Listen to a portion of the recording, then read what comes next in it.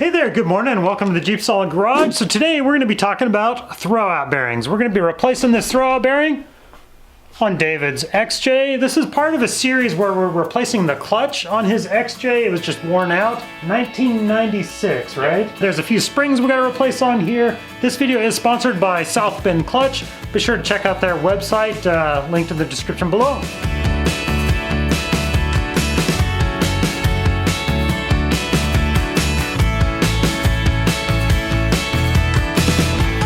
There is our AX15 manual transmission, and because this is a 96, it actually has the external master and slave cylinder, which is super handy. Here is the old slave cylinder. So there's a little piston right on the end of that guy there, and that mounts up on the back side of the bell housing right here.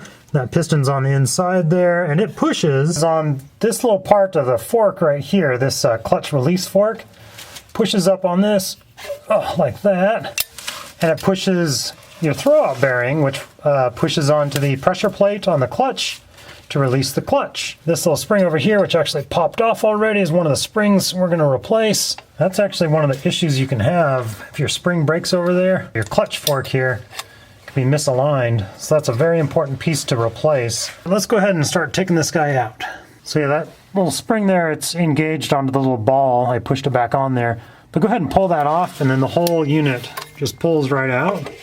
There you go. And we'll clean that up a little bit as well. And actually, the spring on this one is broken already. So that might have been part of your issues. And David ordered a new spring. That's definitely something you want to replace when you are doing your throwout bearing, because for that exact reason, this one is busted in half right there. I'm gonna slide off the old throwout bearing. So those springs there just kind of hold the throwout bearing on. We're gonna clean up this clutch fork a little bit. And this throwout bearing, the back side of it, just the mounting point is really worn. The bearing itself has a little bit of rattle to it. Not terrible, but definitely needs to be replaced. We're gonna snap the new one into place. It's a bit of a tighter fit, huh? Yeah.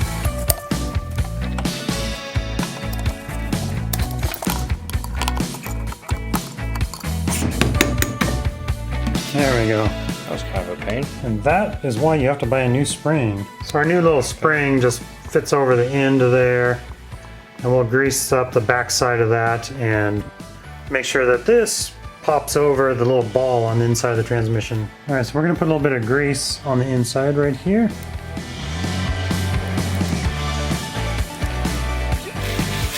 Now David's cleaning up the input shaft of the transmission. We just don't want any of that dirt and gunk on there. So we're getting a little bit of grease right on the input shaft there, and on the splines, and on the tip that goes into the back of the crank. And we don't want a ton of grease on this because we don't want it coming off and hitting the clutch. So just a light coating of grease on all those parts, because the clutch disc actually slides on top of these splines right there. So we do want a little bit of lubricant there. All right, now the clutch fork, throwout bearing and all that be installed. Snap the spring over that little ball on the other side. Easier said than done. There it goes. Does it move nice and freely? There you go. Much better than your old one. So I think that was a big part of David's issue, was just this simple little broken spring. Your throwout bearing, it's got a little bit of wobble to it, a little bit of grinding sound to it, so it definitely need to be replaced, and some of these worn out parts. So good thing we're doing this. Check out the rest of the video series linked below. This is all part of replacing the clutch, removing the transmission, and all that. So thanks for your help on that. Yeah, it was fun. All right, thank you guys for watching. Have a good day. Oh, so close. I said thanks for your help on that, but he really did all the work.